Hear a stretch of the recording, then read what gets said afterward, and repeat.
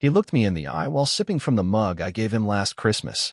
"It's not personal," he said, wiping foam from his mustache. "We just don't see you in the future of this company." The mug shattered in my mind. My chair stayed still. I didn't. 10 minutes later, I was in my car staring at the clock on the dash. It blinked 10:08, then 10:09, as if something irreversible had happened during those lost 60 seconds. The parking lot was unusually quiet. My badge was already deactivated. A tech guy I trained walked past and avoided my gaze. My hands trembled on the steering wheel. I didn't drive home. Not right away. I parked 2 blocks away, on the side of a street that never had nameplates. I walked the rest of the way. Slow. Careful. Watching. The air had that strange smell, like soap and lies. The window by the kitchen was open. I heard voices inside. Laughter. Hers. I stepped inside. Claire was kneeling by the entryway, rolling up a pair of my socks like she was doing laundry, not executing a life. "Oh," she said, glancing up. "You're home early." I said nothing. My mouth didn't work. She stood, wiped her hands on her jeans, and nodded toward the hallway. "Your things are by the door." "Most of them." I walked past her. There were 4 boxes, taped, labeled with my name in neat lowercase letters. The top one had a brochure on it. I knew the building on the cover. A homeless shelter I once donated to in college. I had written a paper on it. Irony, I suppose, has a sense of humor. Claire was behind me, arms crossed, a dull expression on her face like she was standing in line at the DMV. "I didn't want this to be dramatic," she said. "This isn't about blame." Still, I didn't speak. She continued. "It's just time. For something cleaner, sharper, simpler." She said those words like she had rehearsed them. And then, casually, like someone remembering they left the stove on, she added, "My dad said you took it well." I turned. She blinked. The news. Her dad. My boss. The one who didn't even flinch when I asked if Claire knew. It was coordinated. Pre-packed. Like a vacation I hadn't been invited on. The front door opened. A breeze came in with the sound of tires crunching the gravel outside. Claire checked her phone. "I have to go," she said. "There's no point dragging this out." And she left. Left me with 4 boxes. A folded brochure. And silence. The kind of silence that fills your lungs until you forget how to breathe. I didn't cry. Not then. Crying came later, in a gas station bathroom off Route 31 while holding a bag of my own shoes. I didn't sleep that night. Or the next. But 5 days later, after no texts, no emails, not even a single, "Are you okay?" they started calling. Her. Her father. Again. And again. 93 times in total. But by the time they reached out, it was already too late. Because I had found something. Something that didn't belong in any of those boxes. And now, I can't unsee it. I didn't answer the phone. Not the first time. Not the 10th. Not the 93rd. They rang and rang like sirens from a distant town, desperate, too late. I sat in the corner of a rundown motel room off a side road called Ellenwood, listening to the buzzing screen light up beside me. One name. Then the other. Then again. Each time, I let it die on its own. The motel smelled like bleach and desperation. The kind of place you don't check into it, you land there, like a failed parachute drop. I had nothing except those 4 boxes Claire left me, shoved into the back of my car like some kind of doghouse relocation kit. I had gone through 3 of them the night before, just trying to find socks and my old shaving kit. But the 4th box, the one with the brochure taped on top, I'd left for last. It was stupid, really. I wasn't expecting anything in it. Mostly paperwork, chargers, a broken wristwatch I never repaired.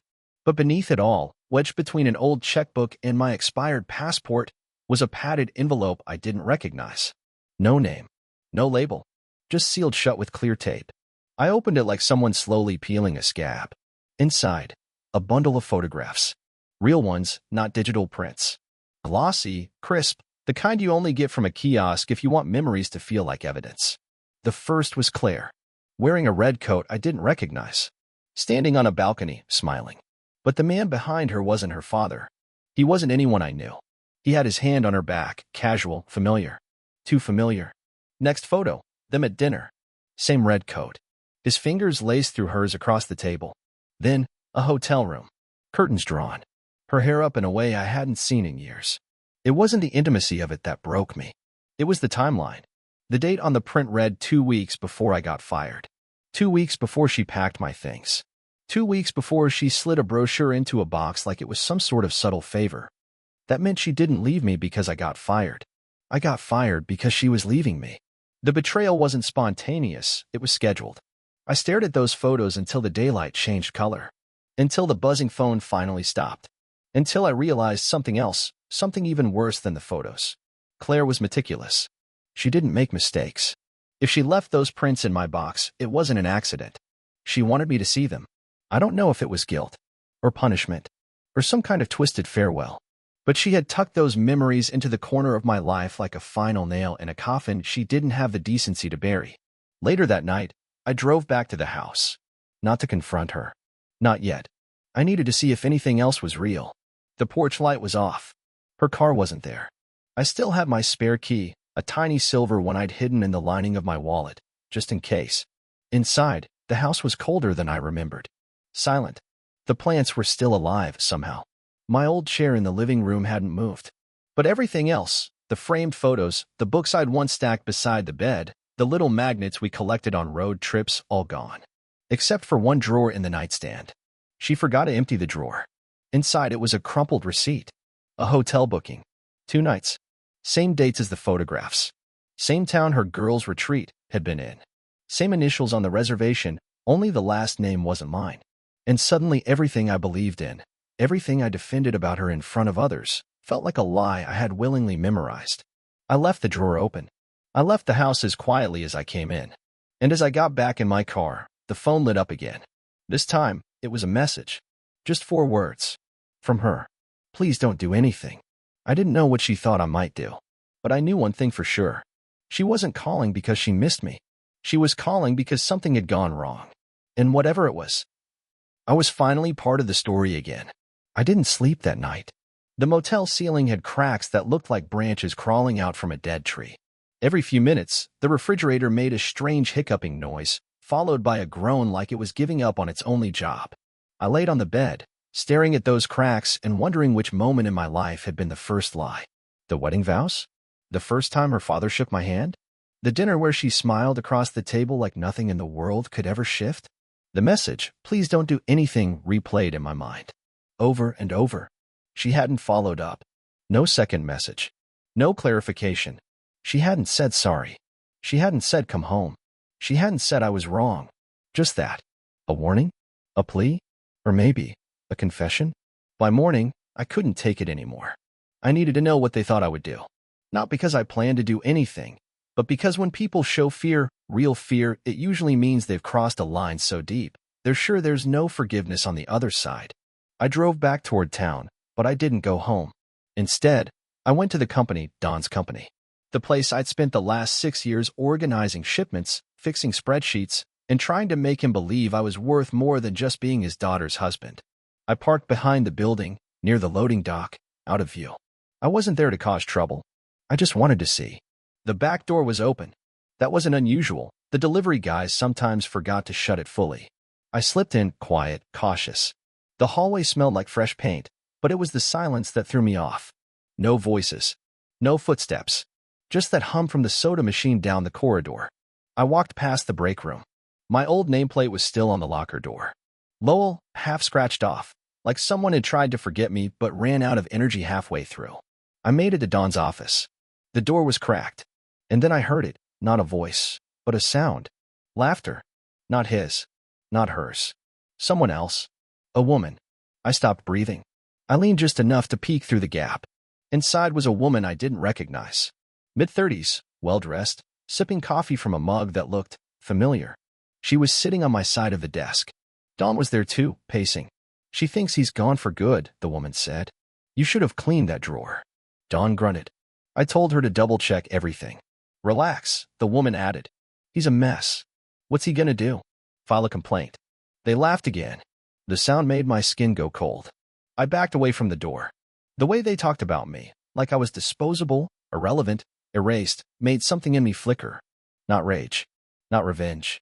Just this cold, bottomless ache that came from realizing I had never actually belonged. Not in the company. Not in their family. Not even in my own marriage. I walked out as quietly as I'd come in. No one noticed. No cameras. No alarm. I didn't go back to the motel. I couldn't. I didn't want another night with cracks in the ceiling whispering reminders of everything I'd lost. I needed somewhere else. Somewhere that didn't smell like bleach and failure. So I drove. I didn't know where. I just needed movement. Distance. And then my phone lit up. Blocked number. I answered. There was a pause, not the silence of hesitation, but the kind of delay that tells you the person on the other end has already decided what they're going to say. Then a voice. Not Claire's. Male. Younger. Confident. You don't know me, he said, but we need to talk. I opened my mouth, confused, but he kept going. I know about the photographs. I know about the hotel. And I know what Claire's planning next. I stopped the car.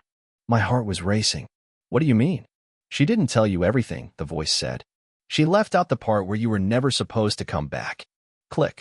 He hung up. I stared at the phone, replaying every syllable. There was only one thing I knew now. I had underestimated just how deep this went. And whoever that voice belonged to. They weren't calling to help her. They were warning me. For a while, I just sat in the car, engine off, staring at the edge of the dashboard. The streetlights hadn't come on yet, and the sky looked like it couldn't decide if it wanted to rain or burn down. That voice, whoever he was, hadn't introduced himself, hadn't offered answers, just dropped a match and vanished into the static. My hands were still on the wheel, but I didn't feel them. I didn't feel much of anything, except the pressure building behind my eyes like I hadn't blinked in hours. I drove without thinking. Somewhere rural. Somewhere off-grid. I ended up at an abandoned gas station 20 minutes out of town, boarded up windows and weeds pushing through the concrete. No one there but a moth circling the one functioning light. I sat in the lot and scrolled through my phone. Nothing new from Claire. No follow-up from the voice. I tried calling the number back. Blocked. Of course. I thought about recording everything, not for anyone else, just for myself. Like maybe if I said it all out loud, it would start to make sense. But when I opened the voice recorder app, all I could hear was static. I shut it off. Instead, I replayed what he'd said. She left out the part where you were never supposed to come back. That phrasing, not we didn't expect you to come back. Where you caught them off guard. It was specific. Like it had been arranged. Planned. Like there had been a scenario where I was removed. Not killed. Not harmed. But erased. I started going over the past month, the things I'd ignored, Claire insisting I take overnight jobs. Don pressuring me to manage that out-of-state project that came up and disappeared just as quickly. Claire offering to handle all the bills. Claire encouraging me to take a mental break. Claire talking about space, not like a breakup, but like preparation. It wasn't just betrayal. It was replacement. I was being repositioned. And they'd almost succeeded. I pulled the photos back out of my backpack. The same ones I'd found in the padded envelope. But now I noticed something I hadn't before. In the background of the dinner photo, behind Claire and the man holding her hand, was a reflection. A mirror. And in that mirror, seated at the next table, blurred but unmistakable, was Don. He was there. Watching. Smiling. This wasn't a secret affair. It was coordinated. And that terrified me in a way I didn't have a name for. I slept in the car again. Not because I had no money, I still had a debit card Claire hadn't shut down yet, but because I didn't trust walls anymore. The idea of sleeping in a building, with someone else's lock on the door, made my skin crawl. The next morning, I drove to the only person I thought might still treat me like a human being. Her name was Ren. We went to school together. She worked IT now, freelancing from her farmhouse just outside the city. We hadn't spoken in years, not since Claire had quietly pushed me to cut ties with people from before we got serious. I had obeyed. Like a fool. She opened the door slowly. Same blue glasses. Same slight smirk. Well, she said, arms crossed, look what the storm dragged back. I broke. I told her everything. From the moment I sat down in Don's office, to the 4 boxes, to the motel, to the drawer she forgot to empty, to the voice on the phone. I didn't spare details. I didn't try to make myself sound strong. When I was done, she didn't blink. Just poured 2 mugs of tea and sat down across from me at the kitchen table. You were targeted, she said plainly. I nodded. Tracked, she asked. I shook my head. I don't think so. Let's make sure, she replied, already opening her laptop. It took less than 10 minutes. She found a ghost app running in the background of my phone, disguised as a fitness tracker. It had been pinging my location every 6 minutes for 3 weeks straight. Installed through a fake update Claire had asked me to approve one night after dinner. Ren looked up. Lowell, they knew where you were every moment. I stared at the screen. My own phone, the one I'd paid for, used to take photos of our dog, to text her goodnight, had been used to watch me leave my own life in real time. Then she said something that made my stomach drop. "I think that call you got? That guy might be the only one not in on it." That changed everything. Because if someone was warning me, that meant whatever was coming next was worse than I had imagined. Rin disconnected the tracking app and wiped my phone clean in under 5 minutes. She didn't ask questions that made me feel small. She didn't pity me or treat me like a broken thing. She just worked, methodical, calm, like helping people uncover ugly truths was her version of therapy. I sat across from her, nursing a mug of coffee and staring at my hands. They didn't feel like mine anymore.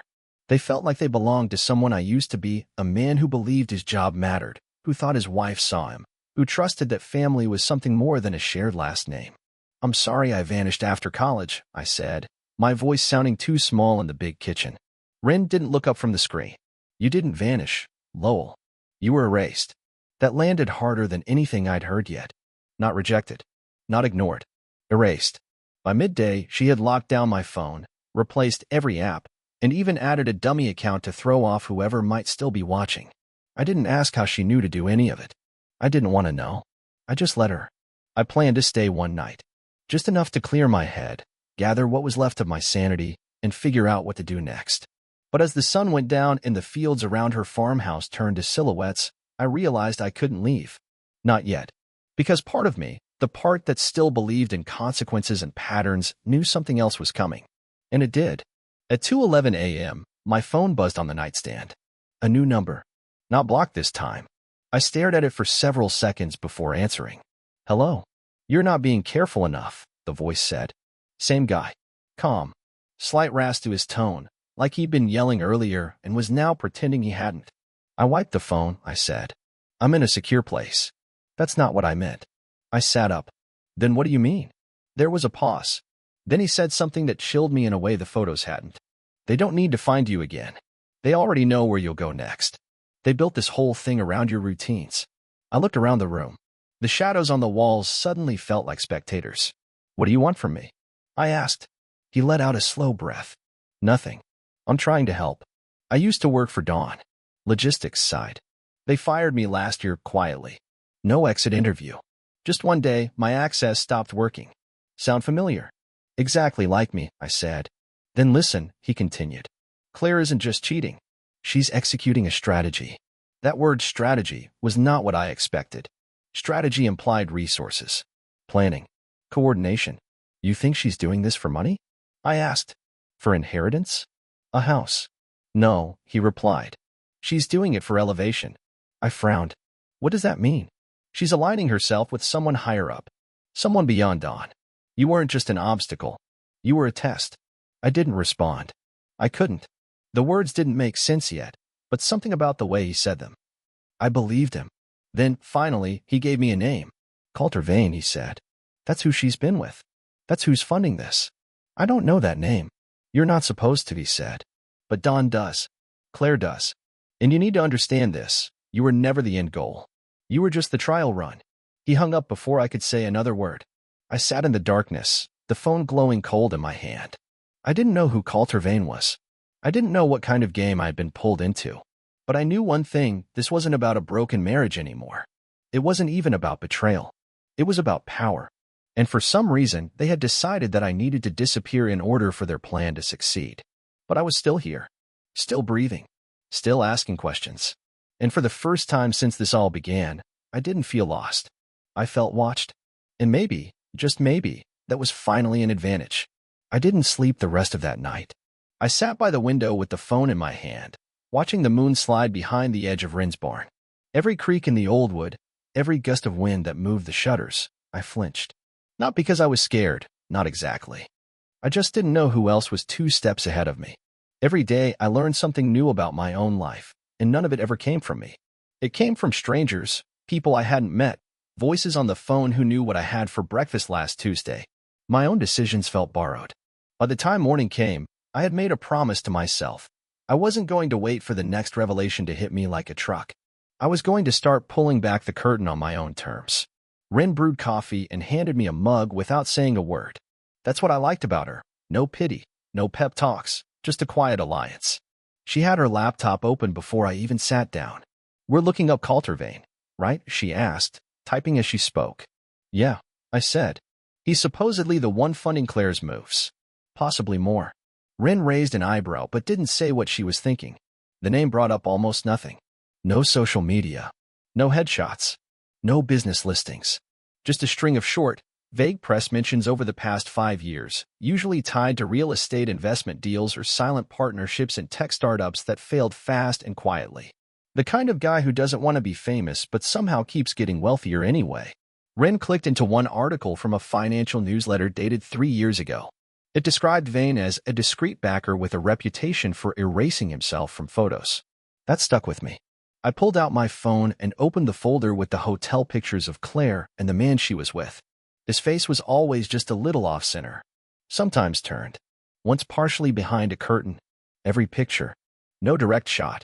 Do a reverse image search, I told her. See if any of these show up anywhere else. Rin took the phone and uploaded the clearest one she could find, a blurry image from the hotel lobby, where he stood behind Claire with his hand just barely on her hip.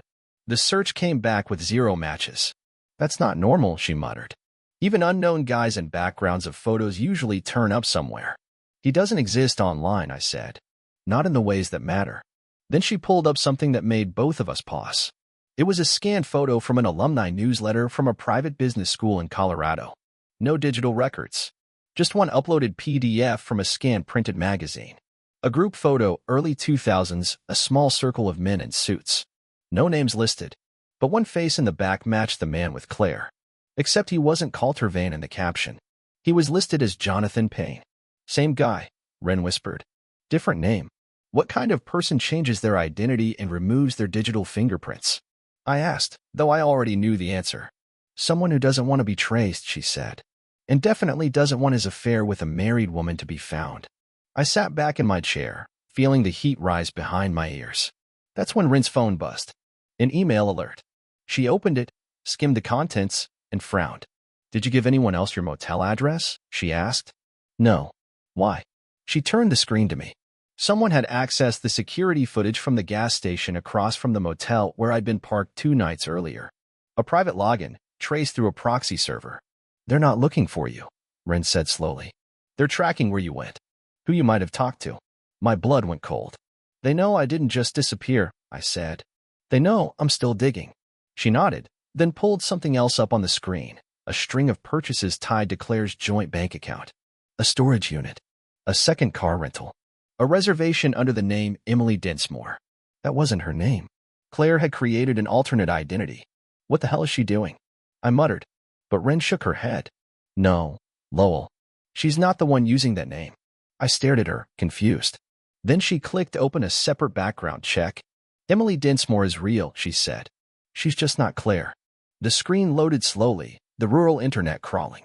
But when the profile appeared, I felt my jaw tighten. Emily Dinsmore. 34. No social media. No LinkedIn. No college history past 2 years at a small online school.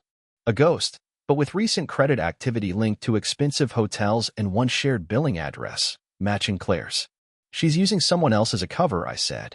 But Ren leaned closer. No, she replied. Emily Dinsmore is using her. We both stared at each other. And then Ren said the most terrifying thing I'd heard yet. You're not dealing with a simple affair. You're in the middle of a coordinated identity laundering operation. My coffee went cold in my hand. And suddenly, being cheated on didn't feel like the worst part anymore. By noon, I couldn't hear the wind anymore. Ren's farmhouse, which had always felt like a refuge, quiet, honest, far from the buzz of betrayal, now felt too still. That kind of silence that sits in the corners of rooms and presses on your ribs like it knows what's coming. The moment she said, identity laundering, the air changed. Even the laptop fan began to hum louder, as if the machine itself was nervous. We had no proof. Not yet. Just patterns. A timeline. Names that didn't belong. Bank records that didn't make sense. A man who erased himself from digital existence and a woman, my wife, who used to ask if I wanted extra whipped cream on my birthday pancakes, now apparently caught up in something I didn't even have the vocabulary for. And then Ren found something else. It wasn't a breakthrough. It wasn't even illegal. But it shattered me in a way nothing else had. She'd pulled up a database of public records, just to check something about Claire's old employment history. But when she clicked into the marital filings for the county, there it was. A marriage certificate. Claire Brielle Mercer. And the groom's name wasn't mine. It was Coulter Vane. Filed 10 months ago. I didn't speak. I didn't breathe. Ren stared at the screen, waiting for me to say something, maybe scream, maybe deny it. But all I could do was sit there and read it again. Filed. Certified. Sealed. Are you sure this isn't a mistake? I finally asked, voice like sand. Ren shook her head. These are public records. Official. Not someone's prank. But we're still legally married, I muttered. We never filed for divorce. That would be illegal. No, Ren said slowly, typing as she spoke. Not if you're declared legally dead. That's when my entire body froze. She opened another tab. There it was. A file number. Probate court document. Petition to declare missing person deceased for purposes of estate resolution. Filed 4 months ago. By Claire. She had listed me as missing. Said I'd disappeared after a mental health crisis. Attached a forged note. Claimed I'd left behind my ID, my phone, and a letter that didn't exist. The kicker? The request was pending approval. Which meant I wasn't dead yet, just in limbo. A technical ghost. I stood up too fast, the chair falling behind me. My head buzzed like it was filling with static. She had tried to erase me literally. On paper.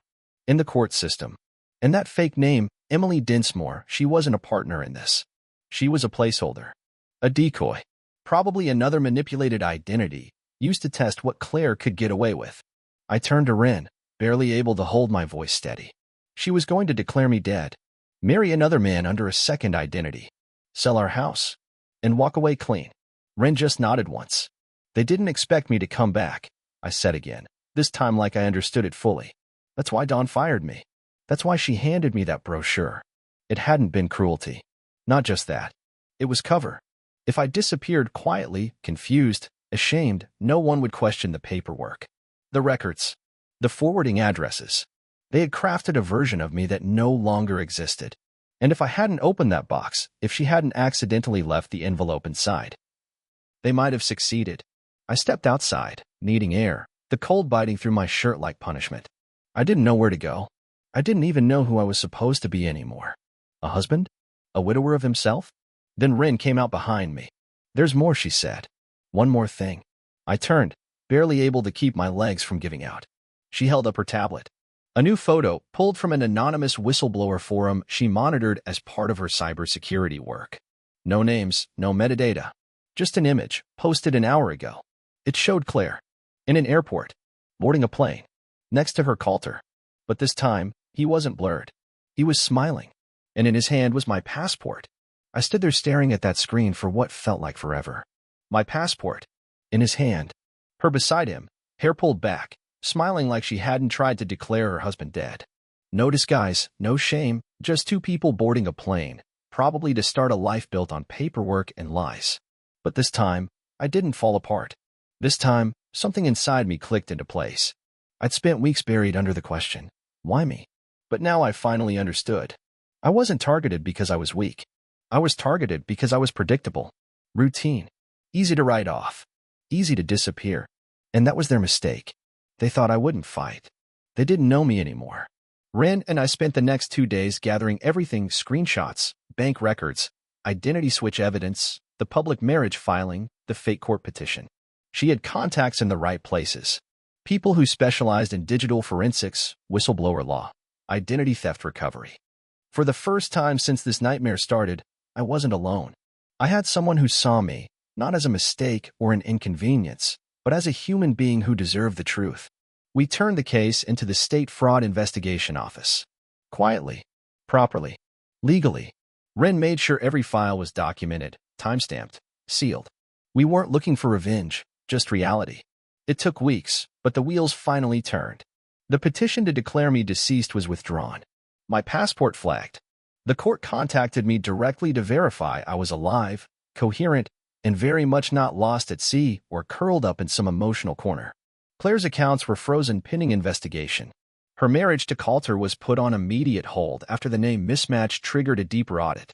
Turns out, Coulter had done this before with other women. Different cities. Different names. A ghost of a man who used people like stepping stones.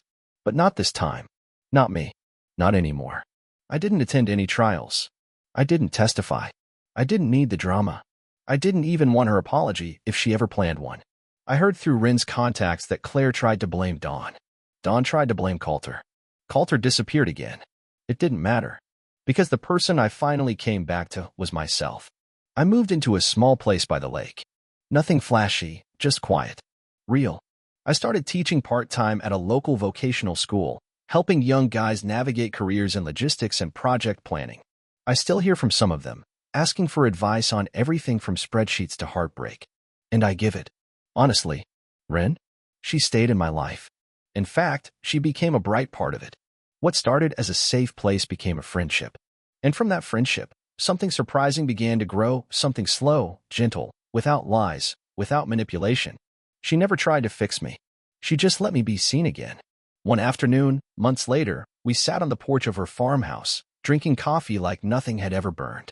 The sky was that late summer kind of gold, and the world felt still, not in a trapped way, but in a peaceful way. You know, I said quietly, there was a moment where I thought disappearing might have been easier. Rin looked at me. Not shocked. Just knowing. But I'm glad I didn't, I added. I'm glad I came back. She smiled. Me too. So here I am, writing this, not to vent, not to rage, not to seek sympathy, but to tell anyone reading, if they try to erase you, don't hand them the pen. You're still here. You still matter. And sometimes, the best revenge is simply surviving.